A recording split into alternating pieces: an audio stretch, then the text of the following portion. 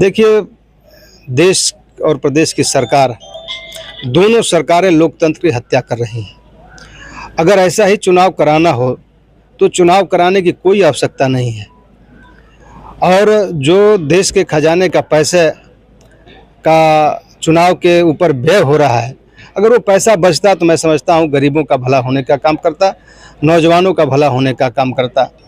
ऐसे चुनाव की आवश्यकता नहीं है इस लोकतंत्र में, जहाँ निर्वाचन आयोग से लेकर पूरी संवैधानिक व्यवस्था ही उनकी ध्वस्त हो चुकी है, उनके पैरों में जाकर गिर चुकी है।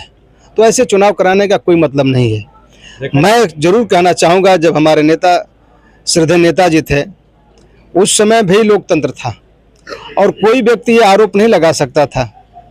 और राष्ट्रीय अध्यक्ष जी की भी, अखिलेश यादव जी की भी सरकार थी, उस समय भी कोई आरोप नहीं लगा सकता था कि फेस चुनाव नहीं हुआ।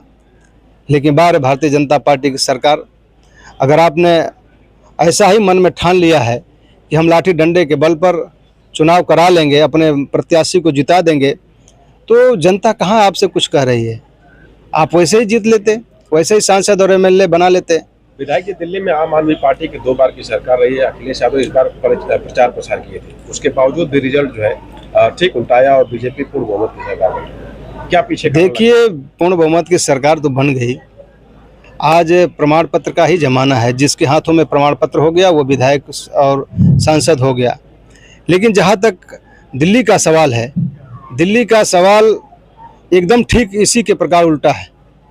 वहाँ भी ज़बरदस्ती की गई, ज़बरदस्ती हमारे प्रत्याशियों को हराया गया और मन बना करके कि जो मुख्यमंत्री हैं उसको हरा दें, सिसोदिया को हरा दें, जो बड़े नेता हैं उनको हरा दें। तो हराने की जब जिसके अंदर मन में पीड़ा है तो हराने का काम तो कर ही रहे हैं। ये स्वस्थ लोकतंत्र नहीं है, ये स्वस्थ लोकतंत्र की परंपरा ऐसे नहीं चलती है। मिल्कीपुर में जिस तरीके से समाजवादी पार्टी की हार हुई, बीजेपी ने वहाँ हार नहीं हुई है। ये बीजेपी के लोगों ने ये कह रहे हैं कि निश्चित रूप से वहाँ की जनता ने प्रायश्चित किया है लोकसभा जिता। नो, भाजपा ने डंडे के बल पर हमारे मतदाताओं को रोका है और उसके बाद जो हमारे एजेंट थे उनको डंडे के बल पर जो है धक्का देकर पोलिंग बूथ से भगा दिया गया। और जब वहाँ कोई विरोध करने वाला रहेगा ही नहीं तो खुलेआम आप वोट डालिए।